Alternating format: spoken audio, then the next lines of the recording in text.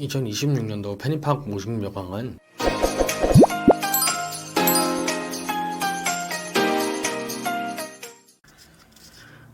안녕하세요 여러분, 학교문행제 학습플래너 함오석 멘토입니다.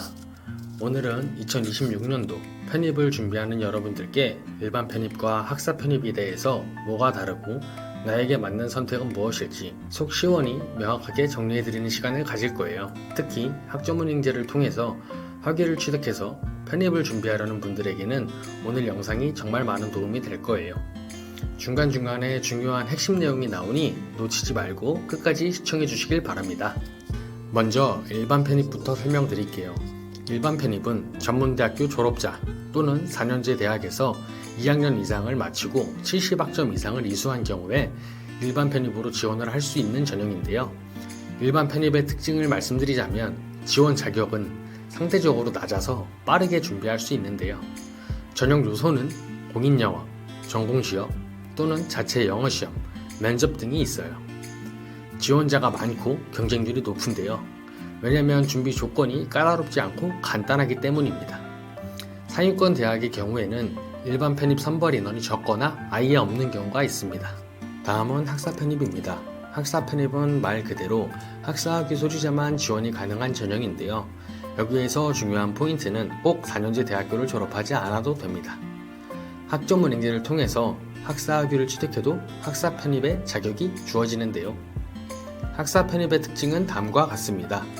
상위권 대학에도 넓게 기회의 문이 열려 있습니다.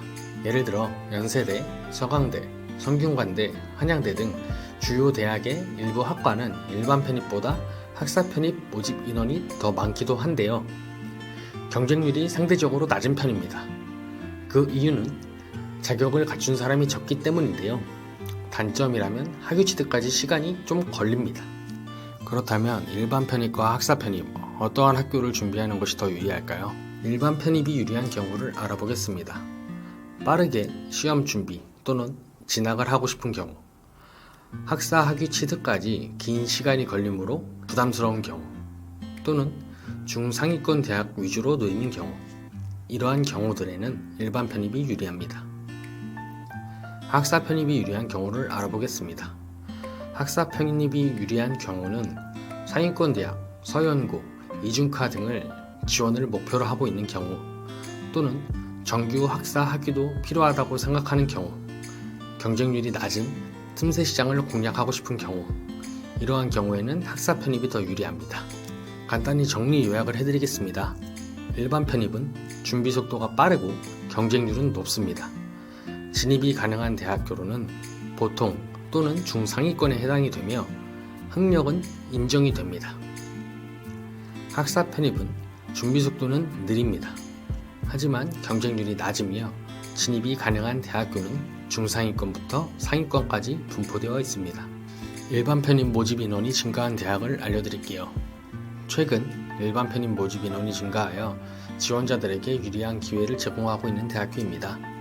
연세대, 서강대, 성균관대, 한양대, 중앙대, 건국대, 홍익대, 국민대, 단국대학교 죽전 캠퍼스가 있습니다. 이러한 대학들은 편입학을 통해 다양한 전공 분야에서 학생을 선발하고 있으며 모집 인원의 증가는 학습자님들에게 더 많은 기회를 제공하고 있죠. 일반 편입 모집 인원이 감소한 대학교를 알려드릴게요.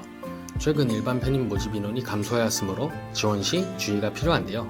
고려대, 경희대, 동국대, 세종대 해당 학교들은 모집 인원의 감소로 인해서 경쟁률이 높아질 수 있으므로 지원 전략을 신중하게 세우셔야 됩니다. 일반 편입 모집 인원이 유지된 대학을 말씀드릴게요. 서울시립대, 이화여대, 숙명여대, 숭실대학교 이러한 대학들은 직전도 모집 인원을 유지하고 있어서 지원자들에게 예측 가능한 지원 환경을 제공하고 있습니다.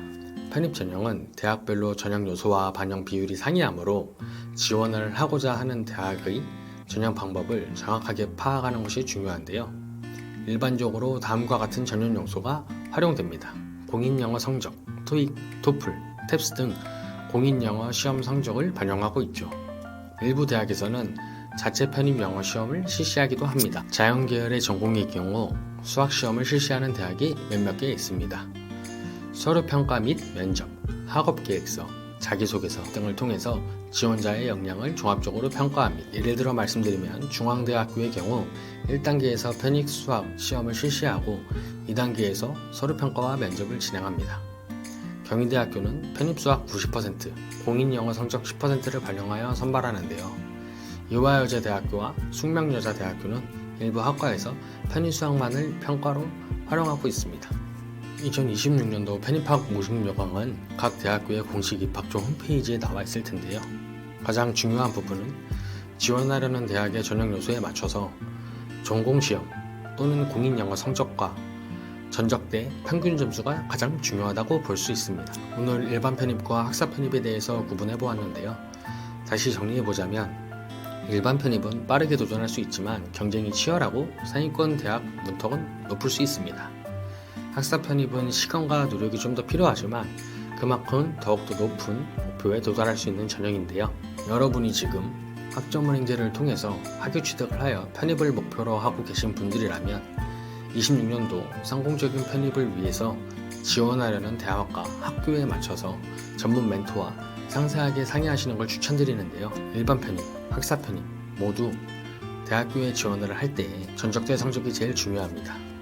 학점은행제는 정규 대학과 달리 학년제가 아닌 학점제로 운영하고 있어서 단기간에 많은 학점을 취득하게 된다면 빠르게 학위 취득 조건을 달성을 하여 지원을 할 수 있습니다. 온라인 수업, 학점 인정 자격증, 독학사 등을 통해서 빠르게 학점을 취득을 하고 단기간에 전문 학사 또는 학사 학위를 갖춰 일반 편입, 학사 편입을 하고 싶은 분들이라면 하단에 더보기를 눌러서 연락을 주시거나 댓글을 확인해서 상담을 요청해 주시면 되십니다.